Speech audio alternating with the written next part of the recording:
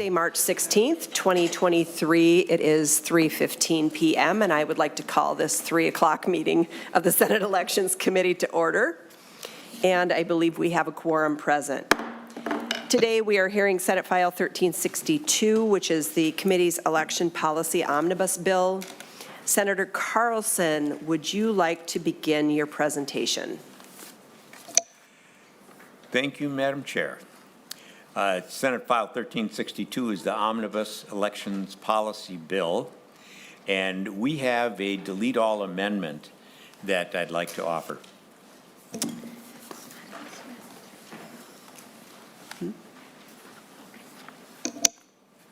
And this is not the first incidence of this bill, so it has to be a conventional amendment.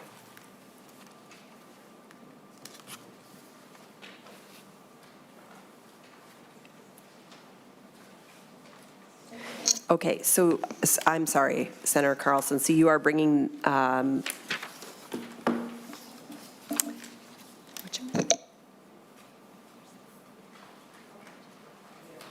okay, sorry about that. Little out of order here. Okay, so we are going to do the A8 amendment, and we will have Ms. Stengel walk through the amendment for members. Thank you, Madam Chair and members. Looking at the A8 delete all amendment, as we've heard the bills that were contained in the bill previously, I will go through at a very high level, and if there's questions, I'm happy to go back. And I will say there are a few things that changed after the committee hearings to address some of the committee concerns, so I'll do my best to point them out as we go through. But I can't make any promises that I won't miss some of the small stuff. So starting with section 1, there's a series of definitions in chapter 10A, which are the campaign finance sections. On page 1, the definition of associated business is amended to include spouse and contracting consulting work. Section 2 defines designated lobbyist. On page 2, section 3 defines general lobbying category. Section 4 defines legislative action. Section 5 amends the threshold for when a person needs to register as a lobbyist. And that takes us to page 4. Section 6, which is a non-campaign disbursement amendment, and the changes are on page 5. Not all of the changes that were heard by the committee are included here. You'll see on 516 and 517. The recount expenses are included. Starting on 528, the changes to specify that it's detection-related security monitoring expenses that are eligible. And on the next page, on the top of page 6, the language about lost or damaged campaign property. Section 7 defines official action of metropolitan governmental units. Section 8 defines political party or party unit. And this is not the party threshold change. This is just a definition of the term. Section 9 specifies specific subject of interest. On page 7 is the last definition, and that definition is virtual currency. Starting on page 7, line 8, we get into the policy sections related to campaign finance. Section 11 changes the deadline for board action to specify what actions are included. Section 12 requires more info on specific subject of interest.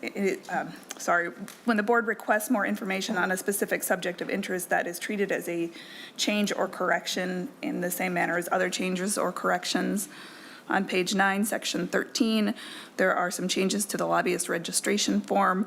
Section 13 includes the inclusion of lobbying categories. Section 14 on that same page has the board creating general lobbying categories and specific subjects of interest that the lobbyists and principals will use on their reports. Section 15 on the top of page 10 is an amendment to the lobbying report and who has to do that. Section 16 is another change to the lobbying report, and this is where you'll see requirements about specific subjects reported within general subject areas. On page 11, section 17, there's a change on principal reports. There's a change here from when the committee saw it on lines 24 and 25. It requires the total amount spent by the principal instead of rounding to either 10 or 20,000. And then it requires each types of lobbying to be reported or specified. On page 12, section 18, This requires that each entity can only have one designated lobbyist at a time. Section 19 is a change to the statement of economic interest, and that changes including the spouse's interests, and then on the next page, including information about contracts, licenses, and franchises. On page 15, section 20, additional changes for statement of economic interest, and these are the carve-outs for the smaller units of government like soil and water conservation districts file a shorter version of the statement. On page 21, it specifies that independent expenditure committees or funds can make election disbursements for electioneering communication. On page 17, section 22, adds in ballot question political committees or ballot question political funds in the penalty provision. So they are prohibited from taking certain actions. Section 23 adds a reference to local candidates in the requirement to include registration numbers on checks. At the top of page 18, there's section 24. This is the regulation of, or the treatment of virtual currency and what happens when a campaign accepts a contribution in virtual currency. Section 25 has to do with the pre-primary report and requiring it to be filed regardless of whether the candidate is on the ballot for the primary. On page 19, section 26, it amends the pre-election report deadline to be by the end of the next business day instead of after 24 hours in certain circumstances. On page 20, section 27 is the electioneering communication definition section. And that carries over to page 24, where there is, at the top of that page, section 28. This is the electioneering communication requirements, including the reporting requirements and contents of the report. On page 25, there's a conforming change in section 29, referencing electioneering communications in several sections on involuntary or inactive status. On the top of page 27, section 30, prohibits candidates and their committees from making disbursements for electioneering communication. Section 31 has to do with the notice required when a political fundraiser is taking place and they're selling goods. Section 32 has several changes to the contributions during the legislative session. At the bottom of page 27, you'll see the language that we heard earlier this week about candidates not soliciting contributions for parties during the legislative session. And on page 28, the two sections from an earlier bill about not having contributions for access to an event or membership in an organization as described there. Section 33 is another piece about contributions during session, and this is the section that prohibits political parties or party units from using images or promoting attendance of candidates in order to solicit contributions during the legislative session. Section 34 is about when certain expenditures are not expenditures for a particular candidate, and that's the county fair booth provision. Section 35 provides a penalty for failing to meet the closed captioning of campaign advertisement requirements.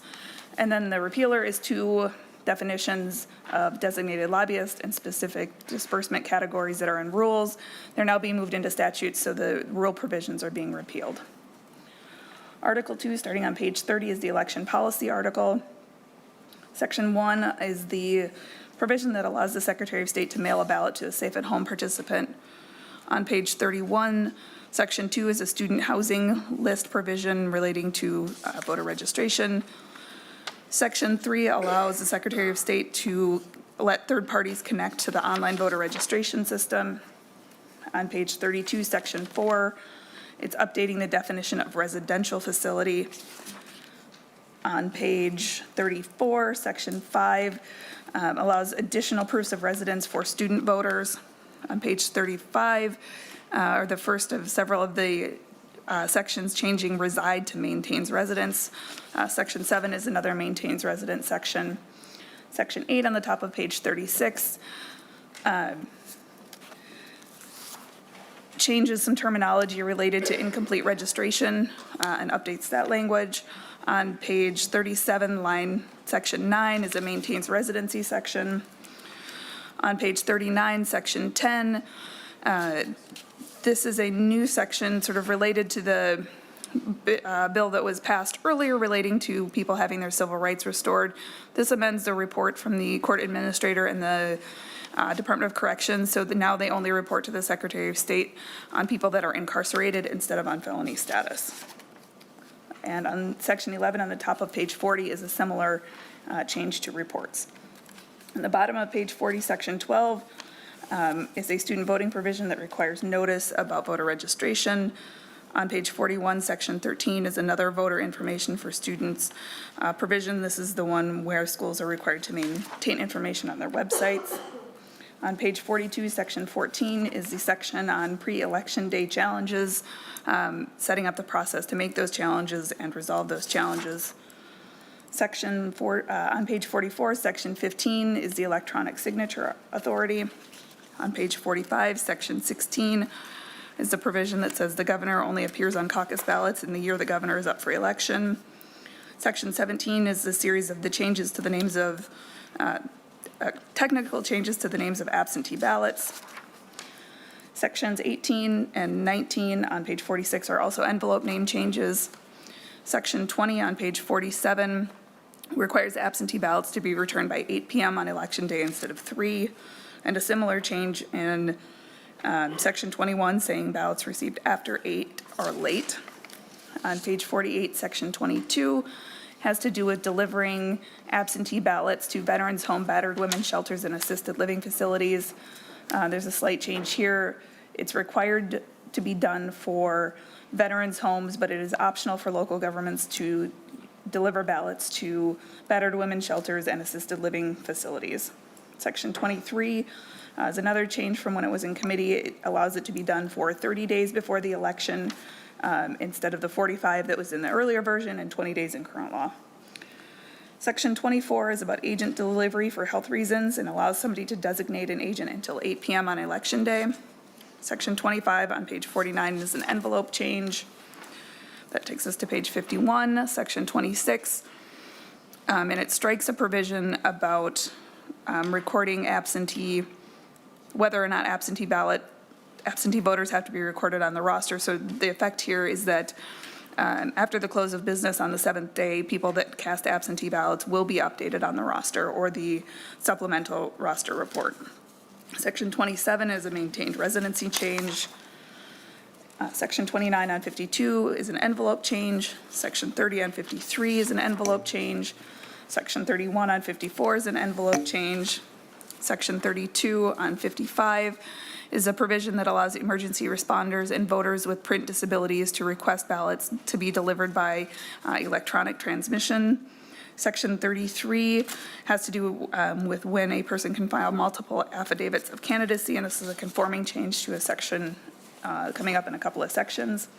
On page 56, section 34 provides that you don't need to provide an email. A candidate doesn't need to provide an email address on their affidavit of candidacy if they don't have one. Section 35 on page 57 has to do with what a judge declaring their age on their affidavit of candidacy. Sorry, not declaring their age, saying that they will not turn 70 years of age before the first Monday of their term. Page 58 at the top, section 36 is the provision that says who is allowed to file multiple affidavits of candidacy. Section 37 is a maintains residence change.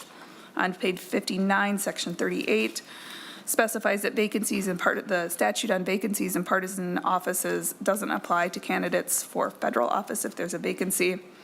Section 39 requires notice to the Office of the Secretary of State if polling places are combined or if combined polling places are separated. On page 61, section 40 provides that the resolution of polling places stays in effect until it's changed instead of requiring local governments to do this every year. Section 41 on page 62 is the election judge trainee section. Section 42 is a maintains residency change. Section 43 is a new cross-reference to a provision later in the bill that requires published notice about the elections. On page 64, at the top of the page, there's the provision about electronic voting systems may be used if they prepare blank paper ballots that are completed by a touchscreen. Section 45 allows people to be absent from work for voting in person before Election Day. Section 46 says challengers in a polling place can't speak to other voters. Section 47 strikes some of the limitations on assisting other voters. Section 48 on page 65 includes additional information on the summary statement, including the number of people that use the new voting systems that you mark with a touch screen, the number of election judges, and the number of ballot booths. And you'll notice on 66.4, it specifies that it's the number of voting booths used in the precinct on the election day. That's a change from earlier language that was less specific. In section 49, it references absentee ballot envelopes that are being opened pursuant to court order. Section 50 on page 67 has the canvassing board declaring the results based on who received the most votes. Section 51 provides for public access to certain challenged ballots. Section 52 requires the county auditor to apply to the courts for a remedy if there was an obvious error or mistake made. On page 68, there is a provision that requires city offices and school district offices to be on the state and county nonpartisan primary ballot. Section 54 is another cross-reference to the new notice publication that's coming up in a future section. On the top of page 69, page 55, 56, and 57, these are the candidate rotation on the ballot changes. And on page 66, line 19, there's a missing word that I think Senator Carlson will circle back to on an oral amendment. It should refer to a general election ballot instead of the general election. On page 70, section 58, this is a section that I referred to about published notice. This requires the Secretary of State and the stakeholders to design a notice to be published providing voters information about the upcoming election. On page 71, sections 59, 60, and 61 have to do with adjusting the timing for a special election when the legislature is in session for a legislative seat. Section 62 on the top of page 72 is another reference to the published notice. Section 63 is a maintains residence change. Section 64 is the published notice cross-reference again. Section 65 on page 73 says that if voting hours are changed in municipalities, they must provide notice to the Secretary of State. Section 66 is the same, only it's for school districts. Section 67 is maintains residence. On page 74, section 68 is maintains residence. Sections 69 and 70 on pages 74 and 75 say that cities and counties must continue to use electronic voting systems once they have started using them. Section 71 says that the precincts that use the new electronic voting systems that allow you to mark ballots with a touchscreen type equipment must also offer the paper optical scan ballots for voters.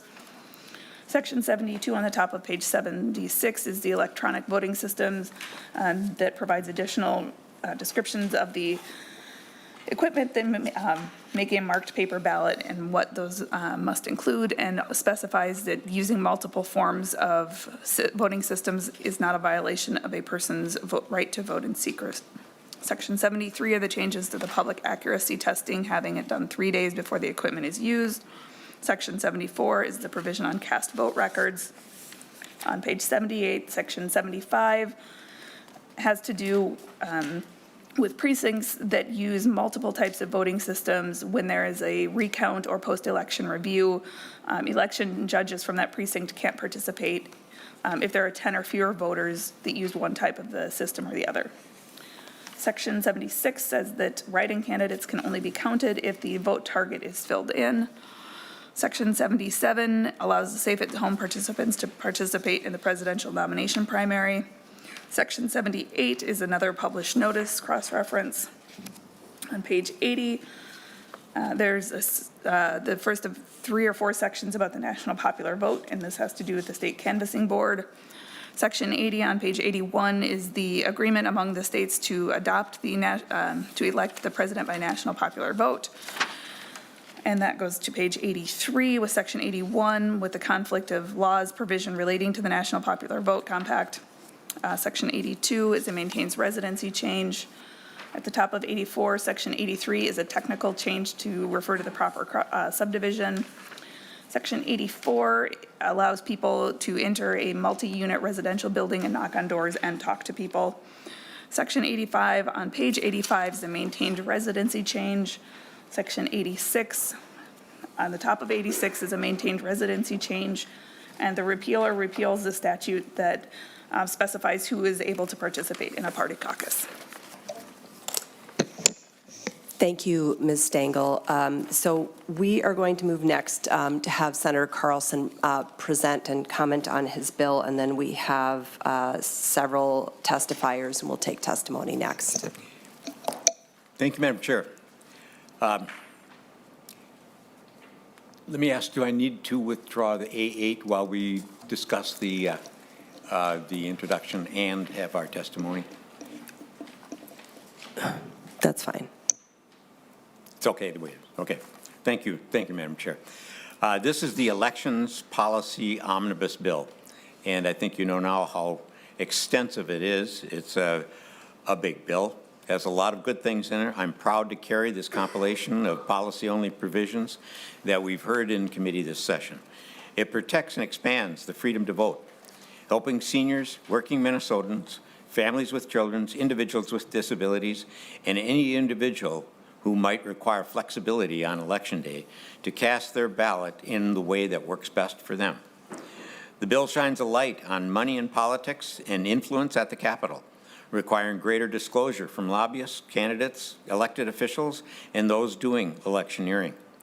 And it includes technical changes to ease the election administration. In addition, it is bipartisan, including ideas that have been generated by with the GOP members, including a ban on candidates raising funds from lobbyists and PACs for political parties during the session, requiring local election officials to publish information that voters will actually find helpful. This bill is still a bill in progress.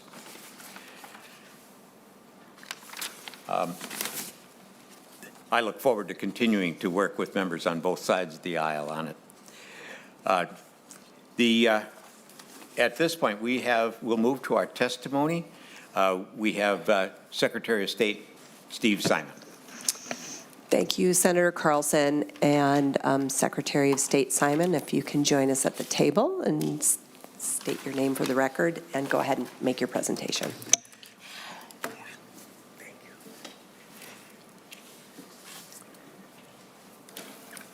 Thank you, Madam Chair and members. Thanks for the opportunity, and thanks for bringing this policy bill before the committee today. I know you're pressed for time, so this afternoon, I just want to highlight portions of the bill that enhance voter access and information, that make needed technical improvements, and that ensure that every vote in every part of the state will matter in every presidential election. We know, obviously, that Minnesotans like to vote. We're always at the very top of the list when it comes to participation, but that doesn't mean that we should stop looking for ways to improve that system and to improve access. And I think this bill does that in many ways. Some of them might seem quite technical, and maybe they are quite technical, but they really make a big, substantial impact on a lot of people on a day-to-day basis. I'll give you a few examples. The bill extends the deadlines for voters to return their absentee ballots to their county to 8 p.m. That's really a big deal for a lot of working people, depending on their schedules. That extra time is going to make a difference with actual voters everywhere in Minnesota. Additionally, the bill expands the time for someone with health challenges to appoint an agent to deliver their ballot, also until 8 p.m. on Election Day. This last election in 2022, I ran into someone outside the Capitol, just in private life, on Monday, the day before the election. Obviously a busy time for all of us who were on the ballot last November, but I ran into someone who said he needed my help. I'd never met this person before, that his daughter, adult daughter, was hospitalized, and how could she vote? She had just been hospitalized that day. And this agent process for people who are hospitalized or sick on a moment's notice is really, really important, and those extra hours are really going to matter. Finally, this bill alters the sample ballot notice that is required to be published in newspapers to provide more clear information to voters about what will appear on their ballot. So we look forward to working with local election administrators and newspapers to put this new notice into practice. The bill also provides accommodations that allow voters with a print disability and utility and emergency personnel deployed during a state of emergency to receive their ballots electronically. Many of you know we already have a system in place federally and in Minnesota that allows certain voters to get the advantages, these sort of shortcuts. But we don't yet, and will now have, thanks to this bill, utility and emergency personnel who are included in that group of people who get those sort of shortcuts. This method of ballot delivery is currently widely used, as I mentioned, by uniformed and overseas voters. All ballots must still be returned on paper here in Minnesota and are delivered to their county's absentee ballot board for processing and counting. Accessibility at the polling place is another area that we're always looking to enhance, and I think this bill does that by allowing new assistive voting devices to be authorized in Minnesota and at the same time protecting the privacy of those voters who do use that assistive voting technology. The bill also includes many technical provisions that improve the applicability of our statutes and make clarifying changes. Most notably, it codifies the current practice of the state canvassing board, which is to declare the duly elected candidate the one who receives the highest number of votes. Believe it or not, that is not in statute. This bill would make it in statute. There's no requirement that a canvassing board say that the winner is the one who got the most votes. That seems like common sense. That's the practice, as far as I know, 100% of the time. But in light of recent events, we think it's really important to put that very common sense notion into statute. Number one vote getter is presumed the winner. That's the way we've always done it, to my knowledge, in state history, but shockingly, it's not in state law. It will be now. Another adjustment that the bill makes is to allow students serving as trainee election judges to continue serving even after they graduate until they turn 18, and then they can become full-fledged election judges. This keeps future voters and vital resources at the polling places they serve, and it keeps folks involved with our election process. The only last thing that I'll mention in terms of policy, one that I know has been extensively argued and discussed in this committee, I'm not looking to redo that discussion, I'm sure you aren't either, is the National Popular Vote Interstate Compact. There are principled views in this room and on this committee, both for and against. I understand that, and I respect that. And I've been having some good conversations with a number of you offline about this particular issue. But I feel quite strongly, as I said in the earlier testimony on the standalone bill, that it is no longer tenable for this country to have the second place vote getter be the President of the United States, the most powerful person in this country and on planet Earth. It just is no longer tenable, and fortunately the Constitution expressly allows us to make sure that isn't so. This is not a work around the Constitution. It is not an end run around the Constitution. This is explicitly using the Constitution, not an end run. The Constitution is super clear, couldn't be more clear. States get electoral votes, and they can allocate them any way they want, even a silly way, even a bad way. So the Constitution expressly contemplates this very thing, and earlier on in our history, there were a variety of ways in which states, up through the first decades of our history, decided to allocate their electoral votes. This would be a choice of Minnesota to join many other states in allocating its electoral votes to the winner of the popular vote. It would keep the Electoral College, keep faith with the Constitution, keep inside the lines, keep with the rules, but guarantee the outcome that in the largest, most diverse, most respected democracy in the world, or constitutional republic, or whatever you want to call it, that as with every other office under the sun, the person with the most votes, the choice of the people, gets to be President of the United States. Thank you for your time and attention. Thank you, Secretary of State Simon. Next up, we have Ken Peterson from Clean Elections, Minnesota.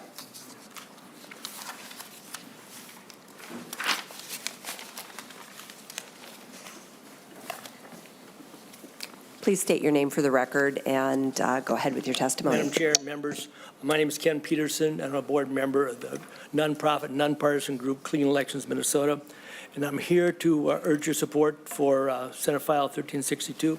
We endorse the entire bill with its a number of needed technical changes, but I would like to touch on several of the provisions that I think should be comments made by Secretary of State Simon, both on the technical changes in the bill and making more opportunities for vote, as well as on the national popular vote provisions. I do want to emphasize the point of the, in Article 1, the regulation of issue ads distributed through electronic media. It's taken from a bill which you heard on Tuesday.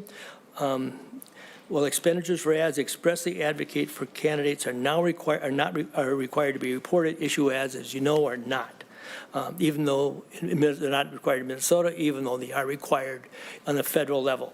Groups that paid for these ads operate near secrecy. Everybody knows, everybody in this room knows, that they are made to influence the outcome of elections, and they should be treated as such. These ads can make or break an election or ballot initiative, and voters deserve to know, whichever side they're on, deserve to know who is paying for ads and to assist them in making informed decisions.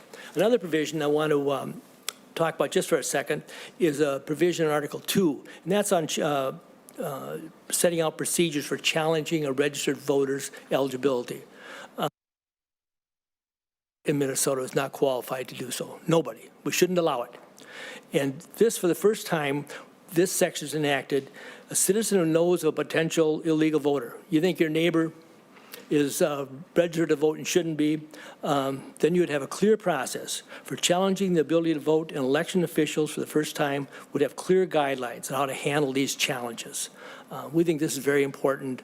I don't think we have too many illegal people registering, but for those that are, they should know that there are ways of getting them off the bills. Finally, I also want to reiterate my support for the national popular vote and for the things we have in it. Remember that it doesn't go into effect until states with 270 electoral votes endorse it. Right now, there's somewhere around 200, 198, or 200 that have already endorsed it, so it will not go into effect too soon. Nevertheless, it's a very important issue, and we do need these provisions in case it does become effective. Once again, I urge your support for Senate File 1362. Thank you, Mr. Peterson. Be sure to sign in on the log there. Next, we have Chris Pearson on Zoom. Mr. Pearson, please identify yourself for the record and go ahead with your testimony. Thank you, Madam Chair and members of the committee. Christopher Pearson from Burlington, Vermont, here on behalf of National Popular Vote, and it's great to see you again. I was there when you debated the standalone bill. National Popular Vote, as you know, takes advantage of the state power granted by the U.S. Constitution to award electoral votes. It, when passed and enacted by enough states, would create a system where every vote is equal. Every voter matters in every state, in every election, and guarantees the president is the candidate that gets the most votes in the country. On behalf of National Popular Vote and more than a dozen grassroots groups from right there in Minnesota, want to thank the committee for including National Popular Vote provisions in Senate File 1362. And given your tight timeline and that you've already debated this extensively, I'll just leave it there and say I'm sort of standing by. If questions arise, I'll be glad to come back and help answer whatever the committee needs. Thank you. Thank you so much. And at this point, we also have Annette Meeks, who is also testifying via Zoom. If you can state your name for the record and please move forward with your testimony. Thank you, Madam Chair and members of the committee. My name is Annette Meeks, and I'm the founder and CEO of the Freedom Foundation of Minnesota. We spend a lot of time researching and paying attention to government transparency, and that's why I'll make a very brief statement today on the National Popular Vote provision. Whether there's been a Republican or a DFLer in the governor's office, we've prided ourselves as Minnesotans on the bipartisan nature of any changes to our state election law. It's been the case for many years, and it's worth thinking about today, especially when we have the highly divisive political climate that we all know is out there.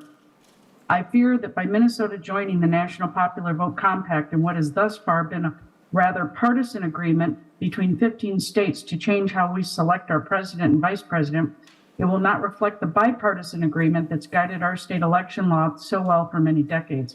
Instead, I fear this partisan effort will further weaken the bipartisan nature not only of this bill, but also of our state election law. One of the compact's co-founders conceded in 2020 that the compact needed the support of, quote, a red state to give the plan any real credibility. He said in that 2020 interview further that, quote, it has to break through in a red state, both to get over the top to 270 and also to give the plan any real credibility. It can't be a plan that's favored only by blue states, but not by red states. That's not the way to do election reform. I and millions of Minnesotans couldn't agree more. Our nation's system of checks and balances is at a turning point in our republic. Let's continue to be the leaders in our state for decades forward to work together for better, stronger Minnesota election laws with more transparent elections, not a hastily crafted partisan solution like the National Popular Vote Compact. Thank you. Thank you, Ms. Meeks. I appreciate your testimony today. We are going to take a brief recess for roughly 15 minutes, subject to the call of the chair. Please don't go far, but we are going to recess for about 15 minutes.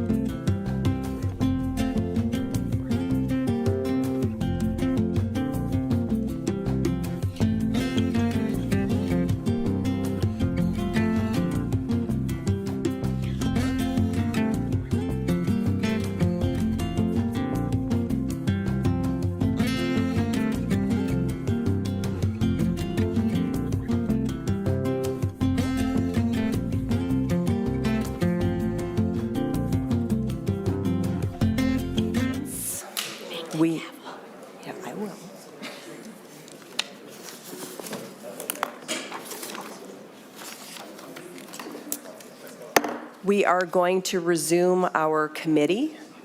Senator Carlson, there he is.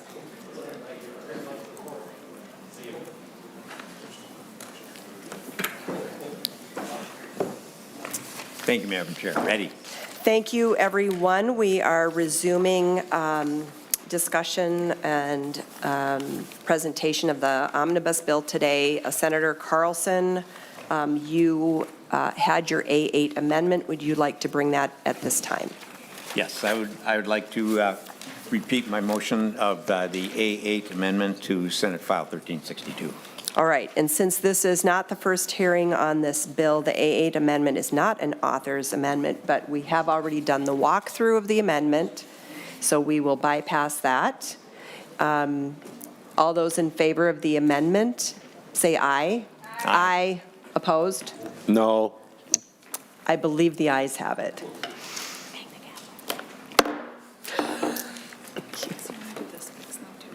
Yep. So I understand you have an oral amendment, is that correct, Senator Madam Carlson? Chair, I have an oral amendment to make a minor correction, and that would be, Is that the one on page 69, line 19? yes, that sounds like it's accurate. Page 69, line 19, after election, insert ballot. So, Ms. Stengel, could you repeat the oral amendment for us? Yes, Madam Chair and members, on the A8 amendment on page 69, line 19, after election, insert ballot, so it will refer to the state general election ballot. All right. Everyone understands the amendment, the oral amendment? Madam Chair, could that be repeated one more time? Of course. Thank you, Madam Chair and members. The A8 delete all amendment on page 69, line 19, after the word election, insert ballot, so it will refer to the state general election ballot. All right. All those in favor of the oral amendment, please say aye. Aye. Opposed? The oral amendment has now passed. All right. Madam Chair, I have another amendment. I'm sorry, Senator, can you say that? I have another amendment, the A9 amendment. All right. Senator Carlson is offering the A9 amendment. This is primarily, Madam Chair, sorry, Go ahead, Senator Carlson. it's primarily a technical amendment due to some terminology changes, and perhaps the council can cover those changes.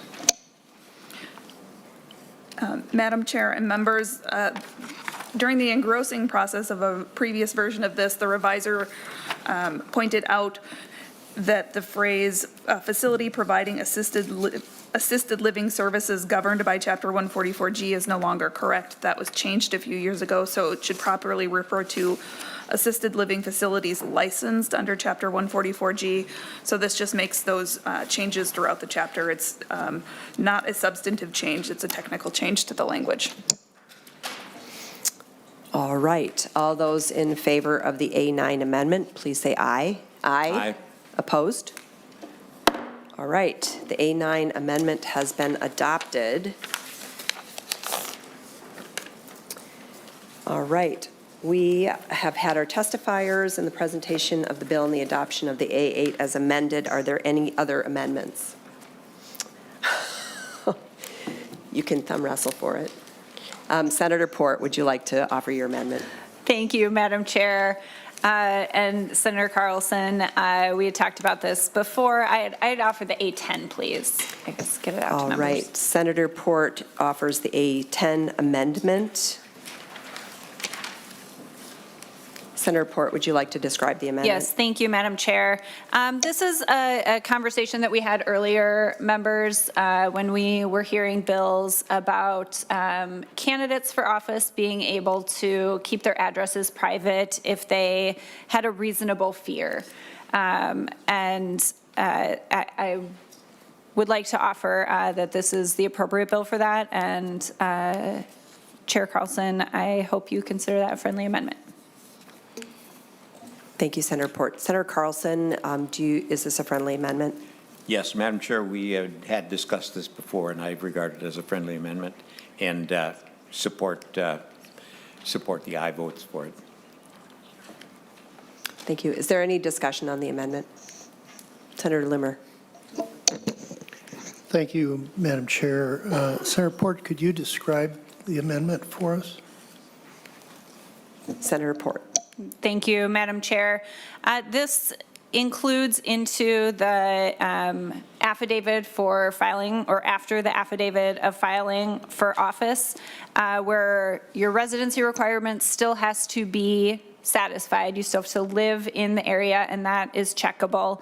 But it allows for for candidates to choose to keep their own personal address private from the public if they have a reasonable fear. Senator Limmer. Thank you. Senator Port, on line 1.5, it states the filing officer must, within 1 business day of receiving the filing, determine whether the address provided is within the area represented by the office. What happens if the filing officer fails in that duty? Senator Port. Thank you, Madam Chair and Senator Limmer. My understanding is that's the current process. Within 1 day of filing, the offices verify that that address resides in the district you're filing for, that is their current practice that's in statute. Madam Chair, is there anyone else in the Senator audience that Limmer. could tell me if the filing officer fails to do that, what's the consequence? Ms. Freeman, is this perhaps a question you could answer for us?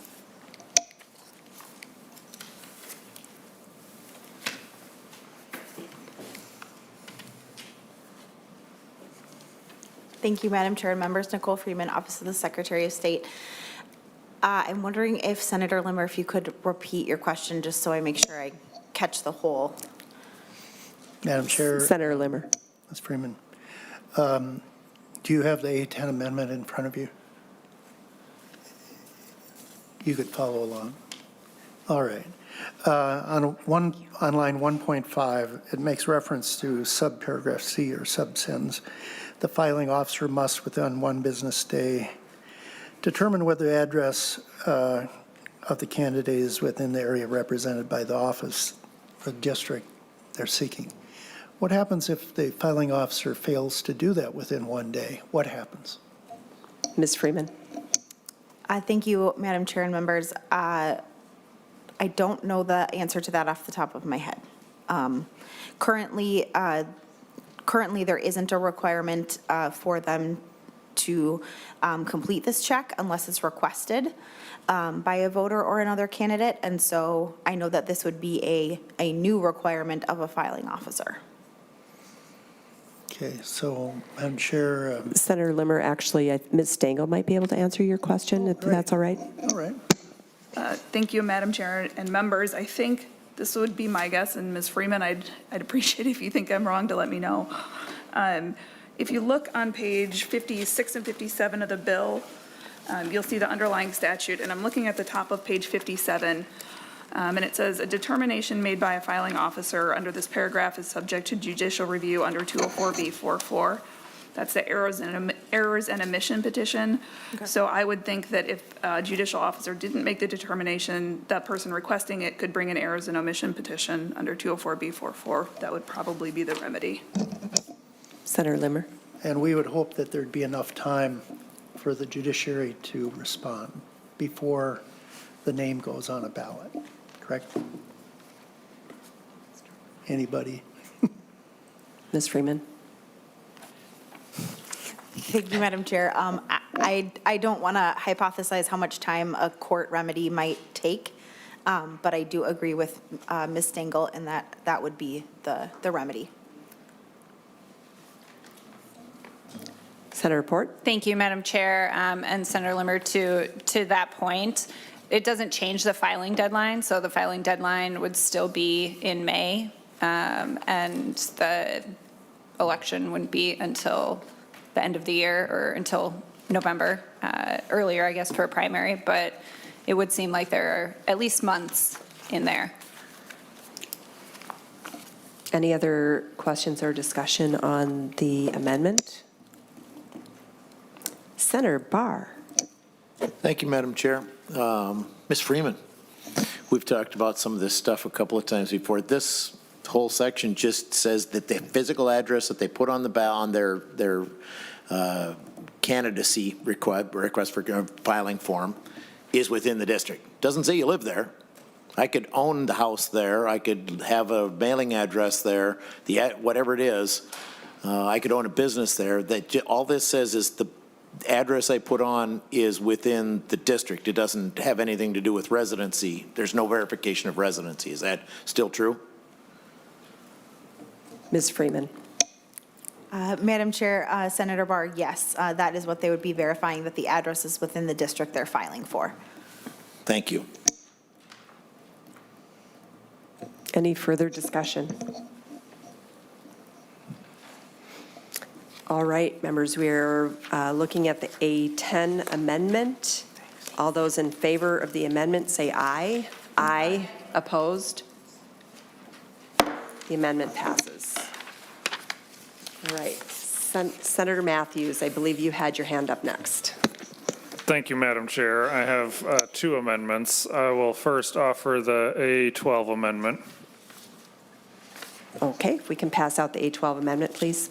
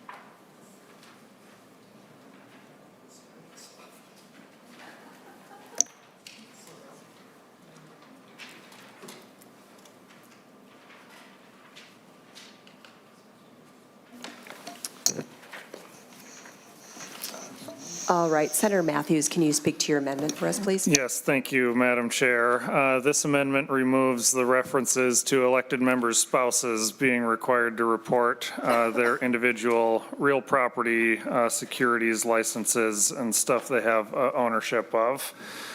We did debate this. Was not persuasive for me in this. I know there's differing opinions that are around this issue.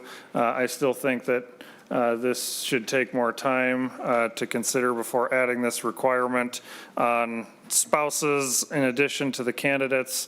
So my amendment's just going to remove these parts out of the bill. Thank you, Senator Matthews. Senator Carlson, would you like to speak to the amendment? Did you consider this a friendly amendment? Thank you, Madam Chair. This was an addition from the Campaign Finance Board, and they felt that this is a legitimate declaration to make. And I think I would agree with it that we need to make sure that there isn't a conflict of interest that would arise from a spouse of an individual having some kind of possibility of a conflict of interest. So I would ask people to vote no on the amendment. Senator Rest. Thank you, Madam Chair. I can appreciate Senator Matthews' concerns about the privacy of a partner or a spouse, but Minnesota has just about the weakest track record or tracing of monetary influence on candidates and then members of, we think mostly about the legislature. And I think we need to have a higher standard. There may be some things that you mentioned, Senator Matthews, that wouldn't be included, but certainly not getting rid of the whole thing. We need a better grade on tracing the money. And that often can be, come about because of a wealthy spouse, or they own a business that might be in conflict with good public policy in the legislature. So I'm going to vote no too. I actually, if it's okay, Senator Matthews, I actually have a question of Mr. Sigurdson, if it's all right if I can ask my question, and then I'll go to you. You're the chair, Madam Chair. I can't hear it. Senator Matthews, I'm being cordial. Mr. Sigurdson, I have a question for you, and I think we discussed this when this was first presented, but I wanted to verify my understanding is correct. My understanding is that you are not specifically noting on the economic interest statement that a particular asset or interest belongs to the spouse. You're just reporting the assets and interests. Is that correct? Madam Chair, Jeff Sigurdson of the Campaign Finance Board. Yes, Senator, that is correct. The form would not require you to designate which was owned jointly, which was owned by the public official, which was owned solely by the spouse. They're just all listed together. Thank you. So it doesn't designate who owns it, it's just a reportable item. Senator, that's correct. Thank you. Go ahead, Senator Matthews. Thank you, Madam Chair, and I won't belabor it. I understand the differences of opinions here. I just feel that us as the candidate step into the arena for public office, and we all on both sides of the aisle continuously try to encourage the public to leave spouses and families alone and put attention on the candidate themselves, on the decisions we make. So just have a differing opinion on this issue. I would like to request a roll call on the amendment. Roll call has been requested. Any other comments or questions on this amendment? Seeing none, the clerk will take the roll. Senator Carlson. No. Senator Westland. No. Senator Curran. Yes. Senator Anderson. Yes. Senator Barr. Aye. Senator Bolden. No. Senator Swedzinski. Nope. Senator Dornick. Yes. Senator Limmer. Yes. Senator Marty. Senator Matthews. Yes. Senator Mitchell. No. Senator Port.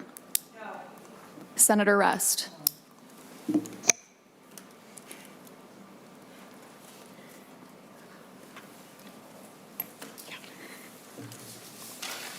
There being 6 ayes and 7 nays, the amendment is not adopted. Are there any other amendments? Senator Matthews. Thank you, Madam Chair. I'm going to offer the A13 amendment and request a roll call. Thank you, Senator Matthews. If the clerks can distribute the amendment.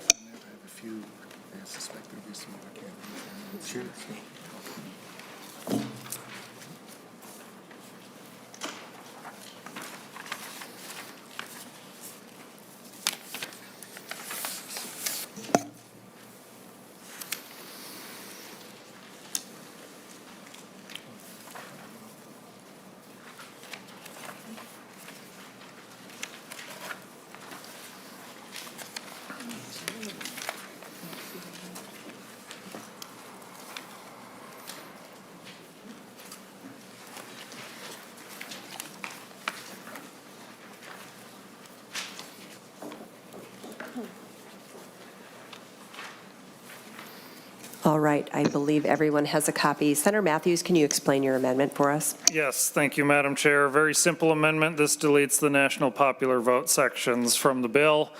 We had a thorough debate on this. The point still stands that this proposal is largely pushed nationally in a completely partisan manner and continues to be so in this bill. Those concerns were raised by the testifiers that were speaking on this. I also want to differ again with testimony provided by the Secretary of State in characterizing this issue that he made when we first heard the bill, and then here today, that states have free range to do the electors however we want. And when I heard that the second time here, about the third time in this committee so far this session, it's taken me about 30 seconds on a Google search to find evidence contrary to what was stated.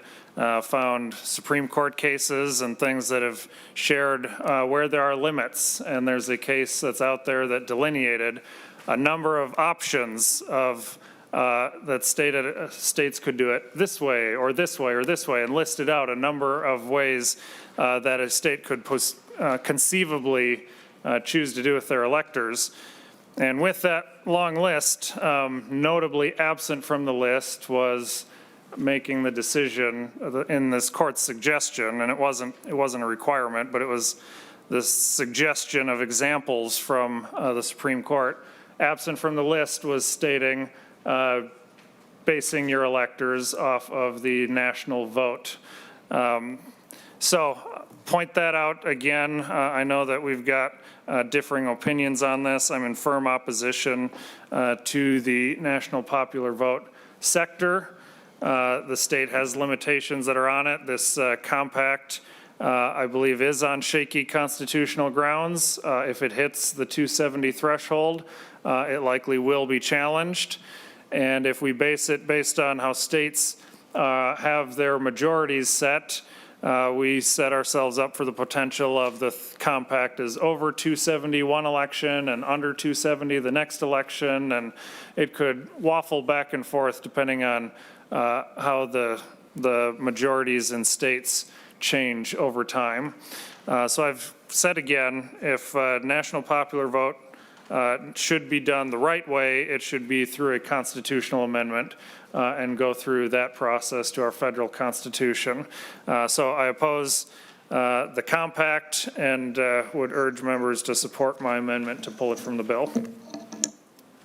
Are there any other comments on the amendment? Senator Barr. Thank you, Madam Chair. Couple of comments. One, a major change like this should be a standalone bill. It should not be in an omnibus bill. This is probably one of the biggest election changes we could possibly make. And the fact that it's going to be hidden, well, maybe not actually hidden, it'll be front and center, but all of the other pieces in the elections bill that do need to pass, should pass, have bipartisan support, will all be tainted by having this major reform inside of the omnibus bill. If anything should ever be a standalone, this should be it. Secondly, the fact that we are going to delineate or diffuse everybody's vote or their say in our election process over more and more a wider spectrum, so to speak, instead of having a vote that's closer to the individual, like my vote matters type of thing. Now it's one of, to win a presidential election with, if this became law, it'd be my vote is one of 160 if everybody voted, I guess 160 million to the winning side, as opposed to going back in history a little bit where we didn't even have presidential candidates. We elected electors to go on our behalf. And I knew my elector in my district, knew where their principles were at, and I knew what they would stand for when they went to Washington to decide who the president of the United States was. And the way we have been moving over the decades in generations is moving away from a constitutional government of the people that's responsible to the people and more of an elected kingship. We're expecting whoever the president of the United States is to legislate via executive order instead of going through Congress, and now we're going to have a popular vote as opposed to an electoral college. We are going the exact opposite direction of where we started, and when this goes into effect, if it goes into effect, we will be electing a king for 4 years every time this goes. I'm a firm no, and I would really appreciate it, Mr. Chair, Senator Carlson, if this were pulled out and made a standalone bill for us to actually have a clean vote on, because the rest of the bill I don't have nearly as many problems with. Thank you. Thank you, Senator Barr. Any other comments or questions?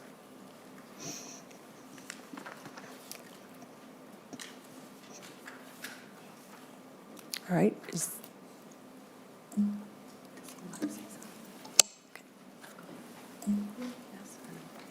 Okay, I just wanted to make sure that we had a testifier. Wanted to make sure he didn't want to make a statement. Okay, we shall go to a vote on the A13th amendment. All those in favor say aye. Roll call. Oh, I'm so sorry. I forgot. Thank you. I have so many helpers. The clerk will take the roll. Senator Carlson. No. Senator Westland. No. Senator Karan. Yes. Senator Anderson. Yes. Senator Barr. Aye. Senator Bolden. No. Senator Swedzinski. Nope. Senator Dornick. Yes. Senator Limmer. Yes. Senator Marty. Senator Matthews. Yes. Senator Mitchell. No. Senator Port. No. Senator Rest.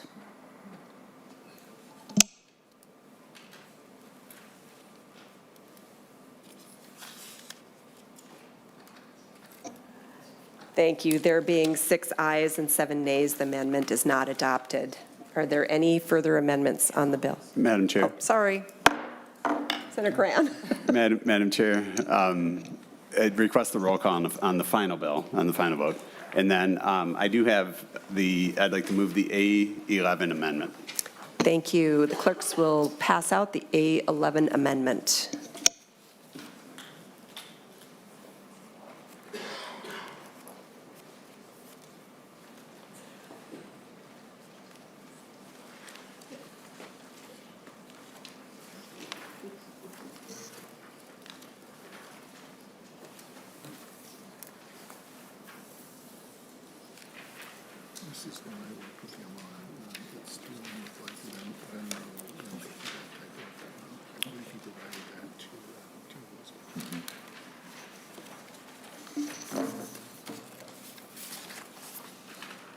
Madam Chair, you ready?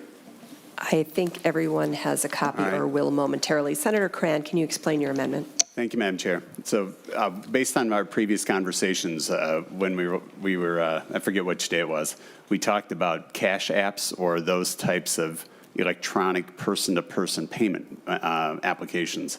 And so we had a conversation about how we update the campaign finance statutes to ensure that those types of apps are tied directly to and don't skirt the existing election laws and the handling of those dollars. And so what this amendment does is it really makes sure that and clearly identifies cash app type applications and that all deposits must be received or when received must run through the primary account registered with the Campaign Finance Board as well as clarifying how activities work, which doesn't fall into compliance, because for anyone that doesn't use those apps, the dollars and the funds can remain in a kind of a quasi-depository account, not associated with the account of record. And so those funds could remain there for a short period of time, and then it just clarifies and modifies to make sure that it's like all other campaign finance rules that after a certain period of time, those dollars must be moved into the account, the primary account, and then certainly that must be moved into that account prior to any disbursements from those primary political accounts. So we have a clear, accurate transaction path that's verifiable and brings all other, it matches all of the other campaign finance transactions. It kind of closes the known loophole we have until, although Mr. Sigurdsson, I think we did cryptocurrency, we did that.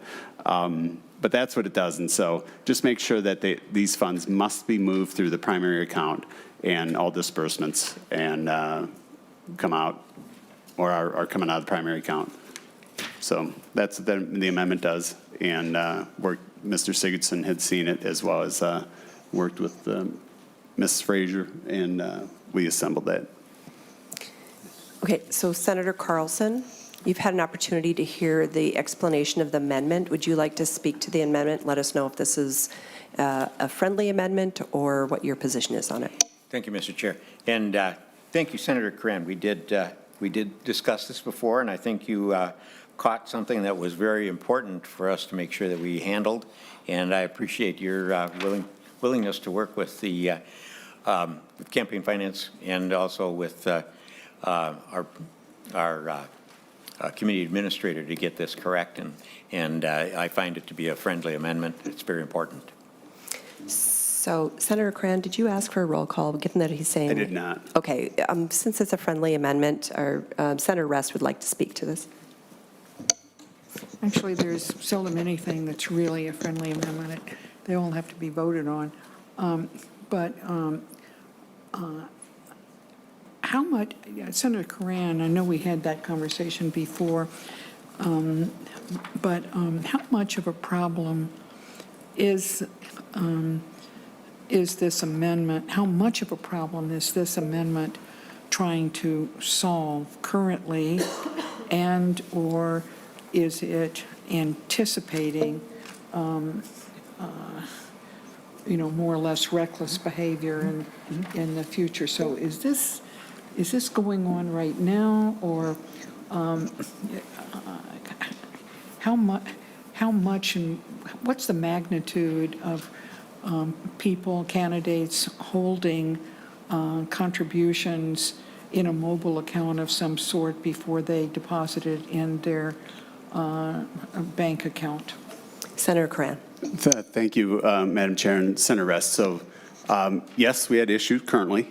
And so, if you remember, there was an ethics complaint that we had within this body where a personal Cash App account was used, and the receipting process didn't adhere. It didn't adhere to our processes. And so what we wanted to do is clarify, because those dollars could be taken in, and that's why, in one piece I missed, is that the application has to be in the name, as it's registered with the campaign finance, because those dollars can come in from many sources and then be held in that kind of a little clearing account.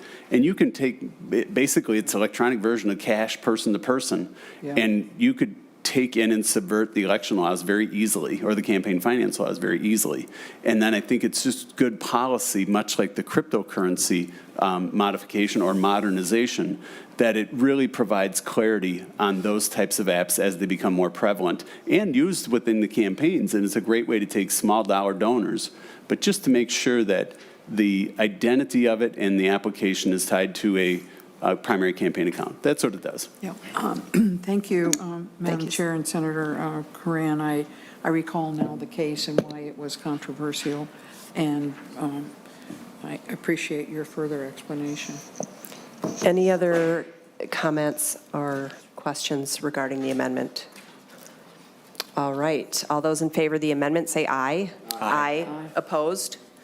All right. The A11 is adopted. I'm working on it. Shh. Give me a minute. Okay. Senator Barr. Thank you, Madam Chair. I also have an amendment I'd like to offer. Senator Barr. Anticipating your next question. Does anybody else have one? I would like to offer the A16, please. All right. And if our staff could distribute the A16 amendment, please.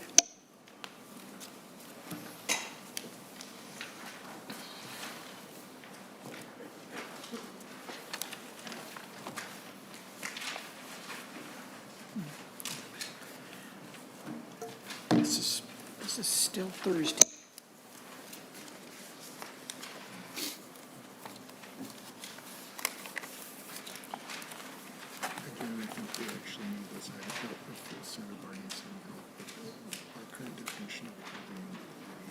All right.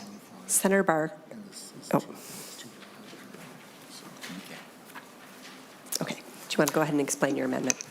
Thank you, Madam Chair. So the A16 is clarifying language. A couple of years ago, the legislature passed a law that prohibited sitting legislators from working for lobbying organizations or agencies that facilitate lobbying.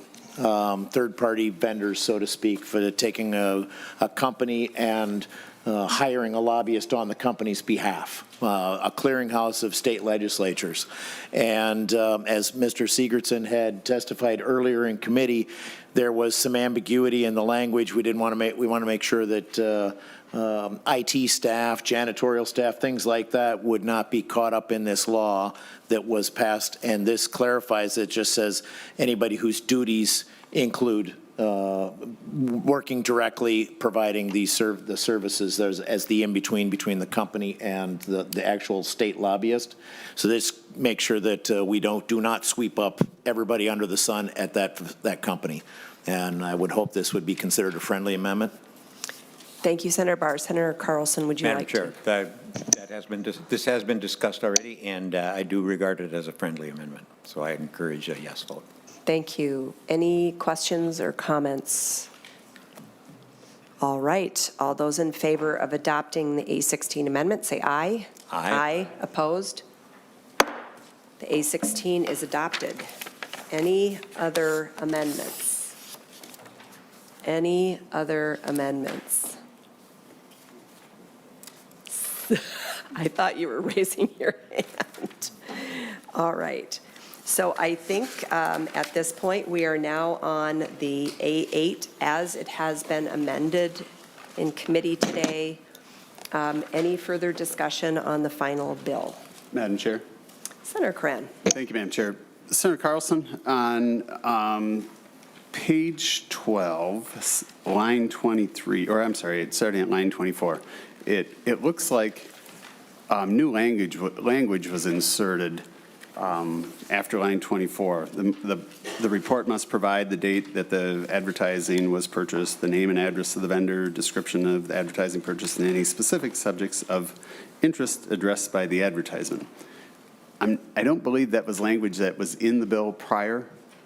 And so, this is around the reporting section and MGRC. I think you guys had come to Peace in the Valley with it. Where did this new portion of the language, or is it new? It appears it's new. And where did that language come from? Senator Carlson. There's a lot of background notes that we have here, and I don't let's see exactly where it's coming from. Madam Chair. I'm sorry. Mr. Sigurdson. This is part of the board's recommendation.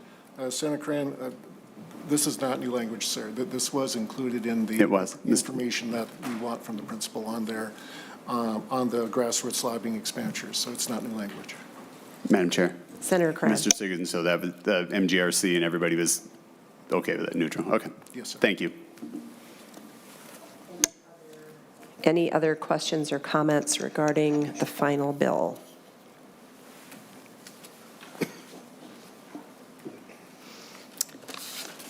All right. Oh, Senator Swedzinski. Yeah, I just want to say one part of the bill that I'm most proud of, and it's on page 42, line 7. It states, resources to help students who are registered in another state to apply for absentee ballots in that state. I just think what a nice gesture to all those tens of thousands of students that are coming from another state, that that we would take time and energy and effort to help them get exercise their right to vote in a state that we have no interest in benefiting from, but we know it's the right thing to do. So that's just one passage in this bill that I'm very happy to see in there, and it's just such a nice, generous thing that the people of Minnesota should be very proud of. That's our attitude and our philosophy. Thank you, Senator Carlson. Thank you, Senator Swedzinski. Senator Carlson, any last remarks? Madam Chair. Oh, Senator Madam Chair, hold it. Madam Chair, yeah, I think, we've talked a lot about all of the issues in this bill. And, as I think many of them, or the majority of them, are looking for, it's a solution, looking for a problem. And so I still have continued problems with the definition, or that we consider there's a need for roaming polling places without having them predefined in a significant amount of time, prior to, so we can have full notification and we're not chasing down all of the locations. So, or to be able to get election judges and to be able to mobilize that staff, that's hard enough. The second piece of it is that I also just wanted to highlight is the democracy dollars, the democracy, thank God that's not in there. The Democracy Bowl, that we're going to mandate that schools have to participate in a Democracy Bowl. And I just think that it's electioneering with state tax dollars, with the direct relationship to the Secretary of State, and it's just unnecessary. And why we would matter if colleges voluntarily participate in their student groups, and I think that's how maybe it was organic versus another nonpartisan nonprofit that's leading it, filled with only partisan people. I don't think we should ever be mandating anything that you've deemed as a great way to build. I think that the bill authors said it was a great way to encourage and enthuse and excite people about elections. So we should mandate enthusiasm now, and I think that's a bad policy. And Mr. Chair, and I think there was still more opportunities to actually come up and solve real problems, and I don't think this is. So I will be voting no against this bill, and I hope it doesn't pass off the Senate floor. Thank you. Thank you, Senator Cran. Just as a way of correction, Senator Cran, I think the items that you mentioned are actually not in this bill. But it's okay. Senator Rest. If the items that Senator Coran was just drawing attention to are in this bill, I would also be very concerned about it. So Senate Counsel or somebody verify that that's not in here? Ms. Stengel. Madam Chair and Senator Rest, I believe the provision Senator Cran was talking about was the Democracy Cup section, and that is not in the bill. Okay. Okay. Madam Chair. Senator Anderson. Thank you, Madam Chair. Page 7 talks about virtual currency. Senator Carlson, could you give us further examples of what virtual currency could be used in a campaign? Senator Carlson or Mr. Sigurdson? Yeah. Well, Senator Anderson, I think that the variations of currency did come from the conversations that Senator Cran and Mr. Sigurdson had, so that that's come out of the Campaign Finance Board. So I guess I'd defer to Mr. Sigurdson to describe what those could be used for. Mr. Sigurdson.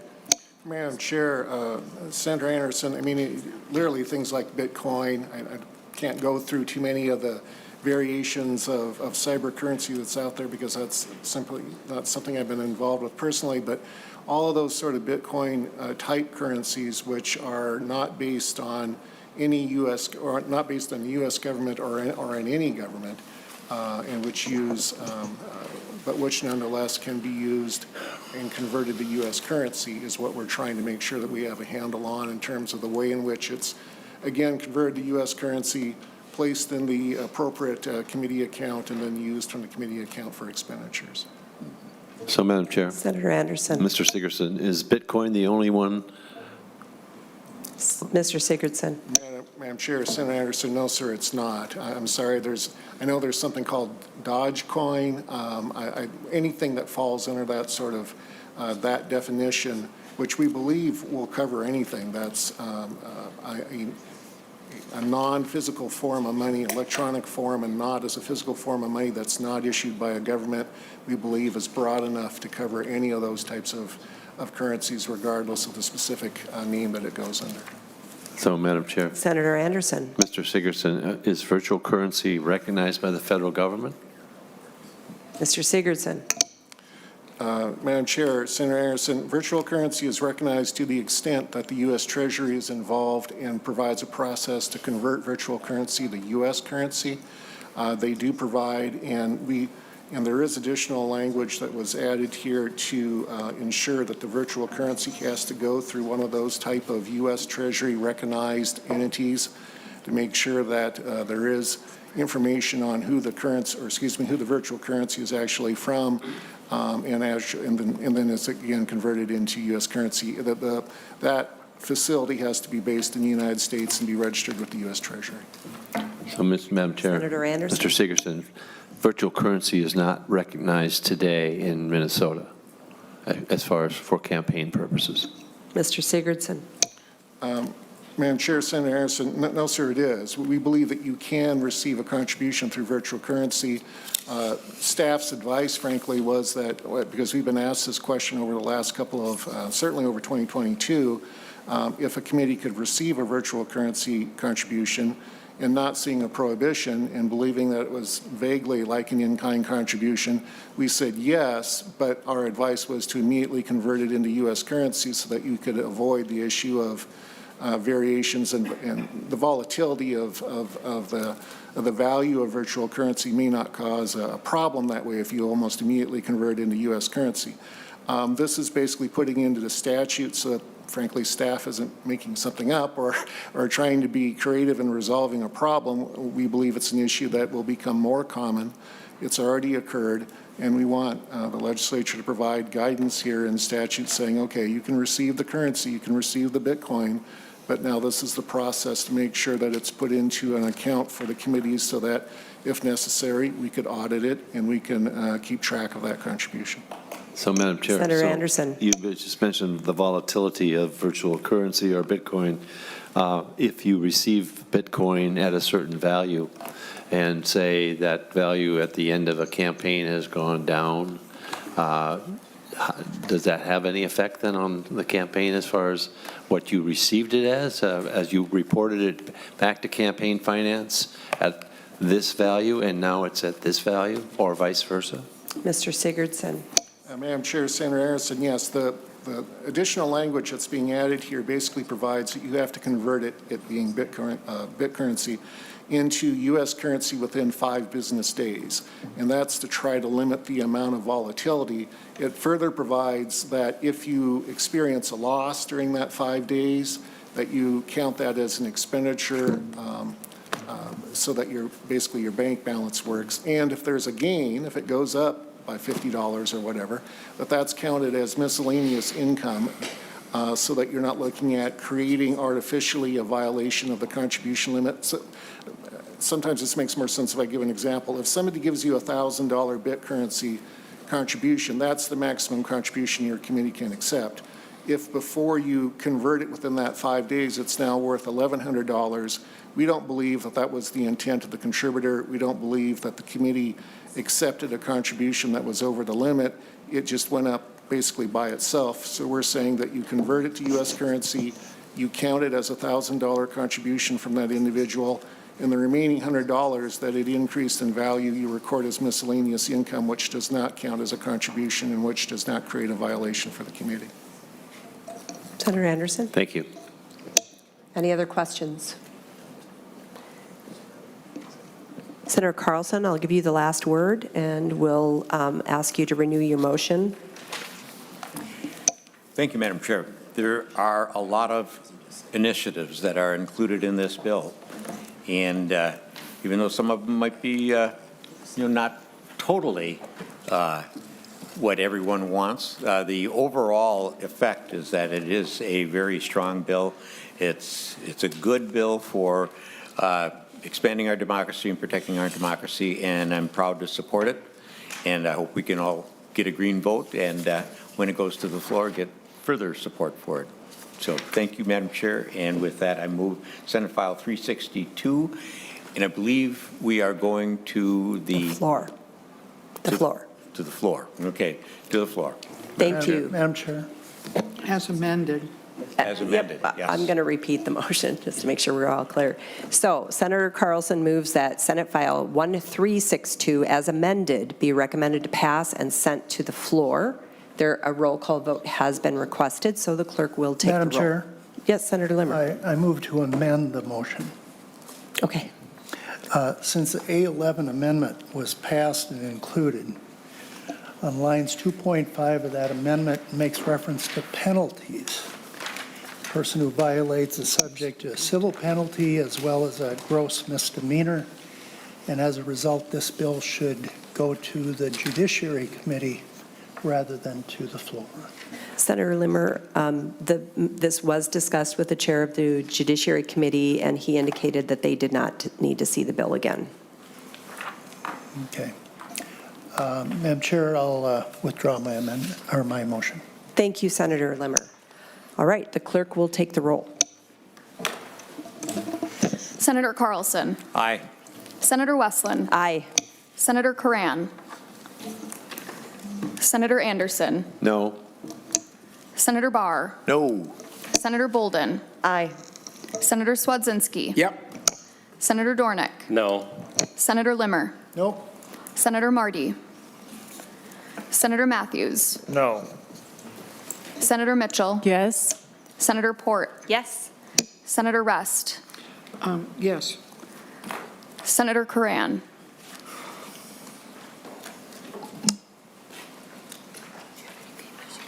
There being 7 ayes and 5 nays, the motion is adopted and the bill is being sent to the floor. We are now adjourned.